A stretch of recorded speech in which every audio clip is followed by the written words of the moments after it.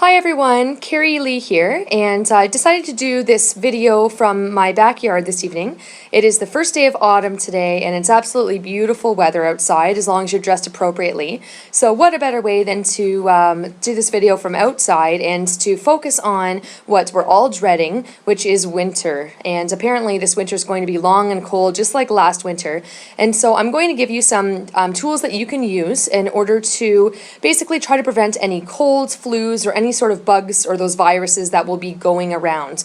So if you have a look at my previous videos, I've got some remedies, both herbal as well as dietary remedies if you already are sick with cold or flu. This is more about prevention tonight.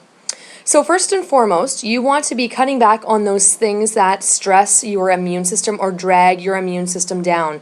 And there are 4 S's that I talk about that are quite stressful on our immune system and on our bodies in general. Because if your immune system isn't running optimally, those little white blood cells and those macrophages and all these things that really eat up the debris in the body, as well as the viruses and the bacteria that cause the problems and wreak the havoc and cause cold and flu-like symptoms, they're not going to be able to eat them up if they're already stressed out in other areas. So basically, the 4 S's that you want to cut back on that are causing stress to your immune system are: number 1, like I've said a couple times already, is stress. And basically what stress does is it creates something called endotoxins within the body. And this stresses the immune system as well as other areas of the body, stresses the adrenals.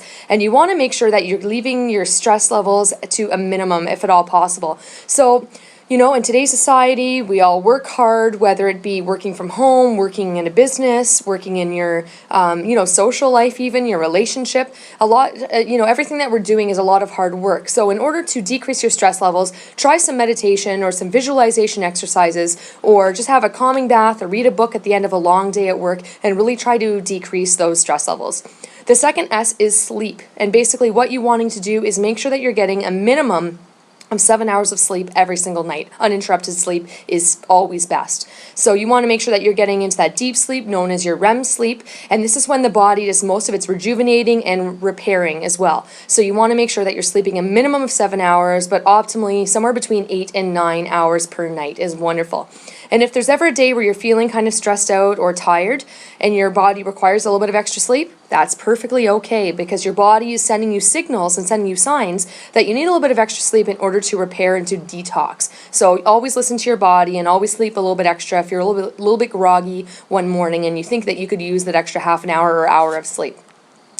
The third S is sugar, and I bet you didn't know that if you have sugar, whether it be in a high fructose corn syrup like a soda pop, or from even a concentrated source like a sucrose or fructose, like in a juice or a candy or a chocolate bar or whatever it is, or even just sugar to your coffee, white refined table sugar to your coffee, any form of sugar that you have decreases your immunity for up to 24 hours. That's right, 24 hours. So can you imagine, let's say you start off your morning with a coffee with sugar and a donut, or a bagel, which is also a refined wheat, which basically the body converts into sugar, and then you're exposed to an allergen or a virus or a bacteria or a microbe or something like that that's going to make you sick. Well, if your immune system's down from the sugar already, chances are that you could get sick, and you could get sick definitely more often and more quickly without your body really having a chance.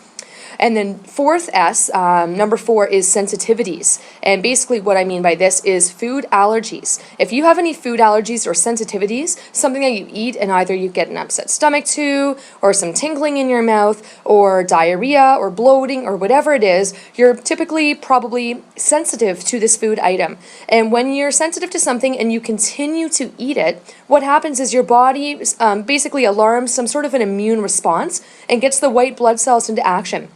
So when they're busy fighting off this war with this undigested food, or this whatever this food is that's an allergen to you or that you're sensitive to, it's spending much less time on worrying about fighting off invaders like the microbes and the bacteria and the viruses that we come in contact with that cause our common cold and flu. So those are the 4 S's you want to make sure that you're aware of.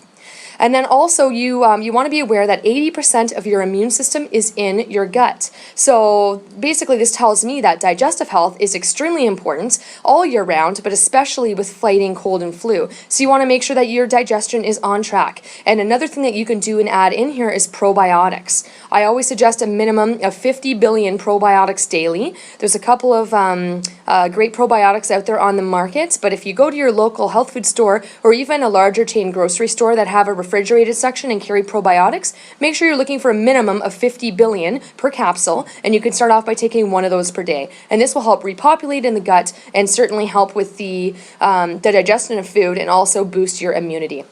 Another thing that you can do is take extra vitamin C. Most people have typically heard of this, and some vitamin Cs are better than others. So for example, a vitamin C source with bioflavonoids is always optimal, and this is because your body is able to utilize that vitamin C and break it down and absorb it much easier. So the best way to do this is in whole, natural fruits and vegetables, not in a supplement.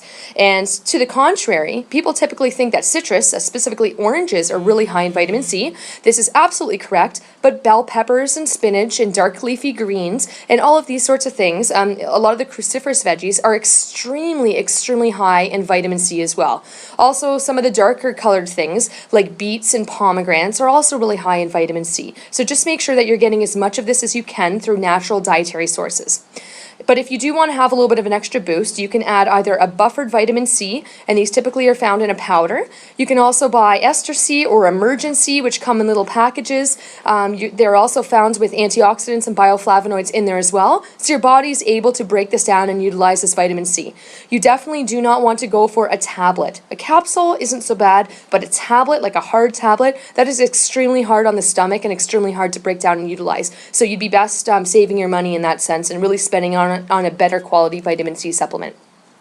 Also, for immune system boosters, a lot of people have heard of echinacea. And echinacea is a wonderful herb. It can definitely be beneficial. But a lot of research has shown that basically combining herbs is much better. Echinacea will be much more beneficial if you're combining it with other herbs. So a couple of other herbs that you can combine echinacea with are golden seal, which is extremely potent. It's a wonderful antiviral, antibacterial, antimicrobial, and antifungal. And you can also buy astragalus, which is another herb, and that has all the same properties as golden seal and echinacea. So what I usually do for echinacea and for these sorts of herbs, as opposed to trying to make a tea, which sometimes for some people is a little bit strong and bitter to the taste, is you can buy homeopathic tincture. So this is found in a little bottle with a dropper, and look for one that's got a combination of echinacea and golden seal, or better yet, echinacea, golden seal, and astragalus. These three things. It might also have some other herbs in there, like Siberian ginseng, which is absolutely wonderful. And what you're going to be doing is just following the instructions on the little tincture bottle and doing that every day. And this is great for prevention as well as during a cold or flu. Last but not least, fluids. It's important, like everyone says, drink a minimum of 2 to 3 liters of filtered water per day. This is okay in herbal teas as well, but flat water is absolutely best. And you want to make sure that you're doing this during a cold or flu as well, even though sometimes it's a little bit more difficult, especially when we don't really feel like taking in fluids. And I find it much easier to do warm water with lemon or chicken noodle soup or some sort of vegetable broth or whatever it is when you're sick. And that way you're getting some salts or necessary electrolytes in there as well. So hope you enjoyed this video tonight, and certainly stay tuned and check out more that's coming soon.